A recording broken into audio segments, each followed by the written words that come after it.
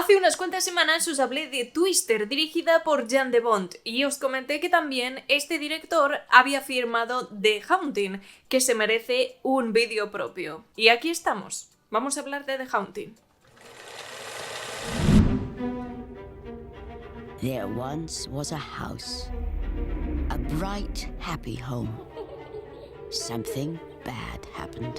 The Haunting, La guarida, estrenada en el año 1999, película que llevo muy cerca de mi corazón y que seguramente empezó a desarrollar mucho más mi amor por el cine de terror. The Haunting es una de esas múltiples versiones que hemos visto de la casa de Haunted Hill. Se le ha dado muchos nombres y se ha utilizado el mismo concepto para traernos historias muy distintas, unas más exitosas que otras. Pero en el caso de The Haunting creo que es algo especial. Es cierto que The Haunting de 1999 no es el terror tal y como lo entendemos ahora. Y creo que esa es una de las cosas que hacen de esta película algo diferente. No es un terror que quiera mantenerte despierto durante la noche, aunque sí que vais a encontrar algún que otro jumpscare, pero lo utiliza de manera accesoria. Lo que le interesa es crear esa sensación de cuento antes de dormir, algo terrorífico, pero a la vez distante.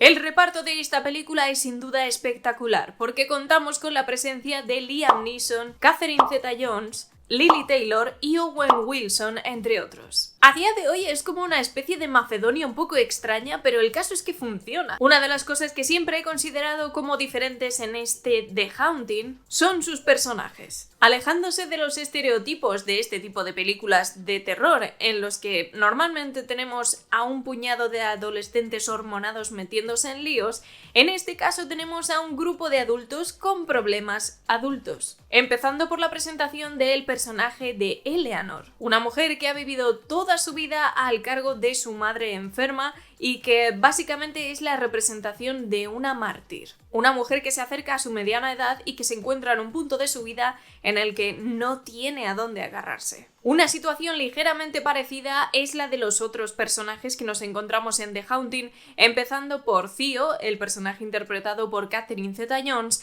que básicamente se representa como una vividora, un espíritu libre que no tiene un lugar al que llamar hogar y con ciertos problemas para comprometerse. Y después tenemos al personaje de Owen Wilson, que parece también estar atravesando una especie de crisis de los 30 y que tiene unos problemas muy graves de insomnio. Y por supuesto Liam Neeson, que es el que organiza toda esta trampa vestida de estudios sobre el insomnio que esconde el análisis sobre el miedo. Así de primeras ya es bastante más complejo que más de la mitad de las películas de terror que se nos presentan hoy día, que no se quieren complicar la vida y lo único que quieren es asustarte. Con esos personajes ya desde el principio intenta ponerte los pies en la tierra. Pero para mí lo más importante dentro de esta cinta es el personaje protagonista, Hill House, porque para mí esta mansión es la estrella que roba toda la atención. Pocas, o diría muy pocas veces, me he encontrado con una localización en una película de terror que inspirara tanto y a la vez produjera tanta inquietud. La versión de Hill House que nos presentan aquí está basada en dos localizaciones reales en Inglaterra, entre las que se encuentran Harlaxton Manor, que por cierto, si tenéis curiosidad, ahora mismo esta mansión se utiliza para estudiar, es una facultad. Ahora me pregunto por qué no he ido a estudiar allí. Y también algunas escenas se han rodado en los exteriores del castillo Belvoir.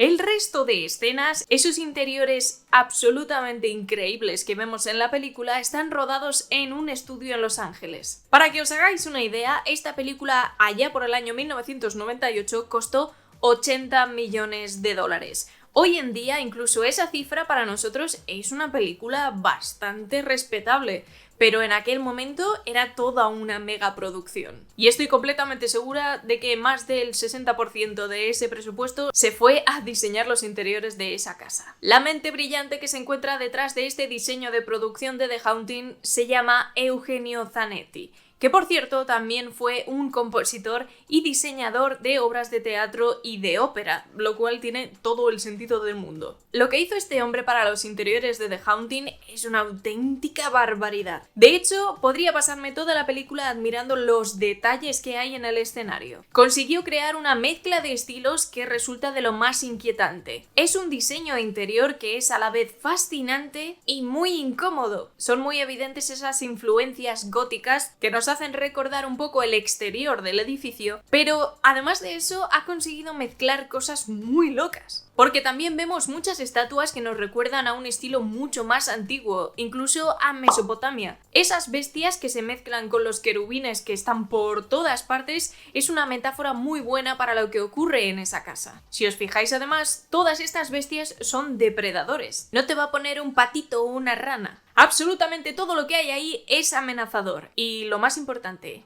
la escala. No hace falta más que poner un solo pie en ese escenario para darse cuenta de lo amenazador que resulta. Una localización diseñada para albergar un monstruo gigantesco. Y todo está hecho a su medida, incluso con una chimenea en la que caben 5 personas adultas de pie. La amenaza en estos escenarios es constante, porque te sientes muy pequeñito. En mi opinión, solo hay 2 directores de cine que se han acercado un poquito a la sensación que transmite The Haunting. Y estos son Guillermo del Toro con su Crimson Peak y el señor Flanagan con su serie de La Maldición de Hill House. Ellos han utilizado otros recursos, pero creo que no se acercan ni de lejos a la escala y magnitud de este pedazo de trabajo. Si lo analizas un poco después de ver la película, te das cuenta de que no hay tantas salas construidas y no parece tan grande, pero la sensación es tan rica, es un interior tan recargado que podría ser perfectamente la casa de un magnate loco. De hecho, en la misma película hay una línea de guión en la que se refieren a la casa como una mezcla entre Ciudadano Kane y la familia Addams. Y no le falta razón. Pero uno de los escenarios a los que más me recuerda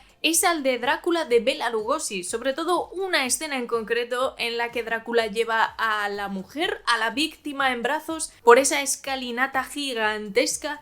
Ese es uno de los pocos momentos en los que he sentido que esa magnitud, esa escala, tiene sentido a la hora de contar una historia como esta. Creo que ni siquiera el Drácula de Coppola se ha acercado a representar ese castillo de una manera tan grotesca como lo hace aquí The Haunting. Es increíble ver cómo todos esos espacios tan grandes te hacen sentir tan pequeño y tan atrapado. Esas contradicciones a mí me parecen brillantes. Muy decepcionada me quedé al ver que ni siquiera tuvo una nominación al Oscar en el año que le correspondía, porque al menos creo que esa dirección de arte, como lo llamaban entonces, se merece una mención. El trabajo, las horas para construir eso y simplemente el diseño, sacar esa idea de la cabeza y plasmarlo como lo hicieron, creo que es para quitarse el sombrero. Claro que hay que considerar que la crítica del momento arrastró a esta película por el fango de manera muy injusta, a mi parecer, aunque luego el público le dio una respuesta distinta. Con esos $80 millones de presupuesto consiguió recaudar 180 millones. Con un beneficio de 100 millones no se puede decir que fuera un fiasco. Rompiendo una lanza a favor de los críticos de la época, hay que decir que durante esos años llegaron peliculones tan grandes que claro, si nos ponemos a comparar, pues The Haunting se nos queda un poquito regulera. Pero ya os aseguro que a día de hoy ya me gustaría a mí que se hicieran películas de terror ligeramente parecidas a The Haunting. Otro elemento técnico que creo que merece una gran mención es la banda sonora compuesta por Jerry Goldsmith, con unas notas que consiguieron meterse en mi cabeza y que con simplemente escuchar esas 4 notas vuelvo otra vez a esa mansión de The Haunting, y creo que eso es algo que no consigue cualquiera. Jerry Goldsmith, que para que os hagáis una idea, también compuso la banda sonora de LA Confidential o de la película Congo, que por cierto también menuda pedazo de banda sonora. Y me gustaría también volver un poco a los personajes y sobre todo centrarme en el personaje interpretado por Catherine Zeta-Jones. Para mí uno de los mejores personajes que ha interpretado en toda su carrera, considerando como gran culmen de su carrera Velma Kelly de Chicago. Lo que hizo ahí no tiene nombre. Pero aquí en The Haunting nos deja un personaje secundario que es de lo más interesante. Es una de las primeras veces que vi a Catherine Zeta-Jones muy cómoda con el personaje y con una seguridad en sí misma que casi asusta. Más allá de si consigue realizar esas líneas de guión mejor o peor, hay algunas miradas de Catherine Zeta-Jones en esta película que lo dicen absolutamente todo. Creo que es uno de los primeros momentos en los que de verdad nos dimos cuenta del potencial de esta actriz. Y luego lo demostró, evidentemente. Este personaje de Theo es de lo más interesante,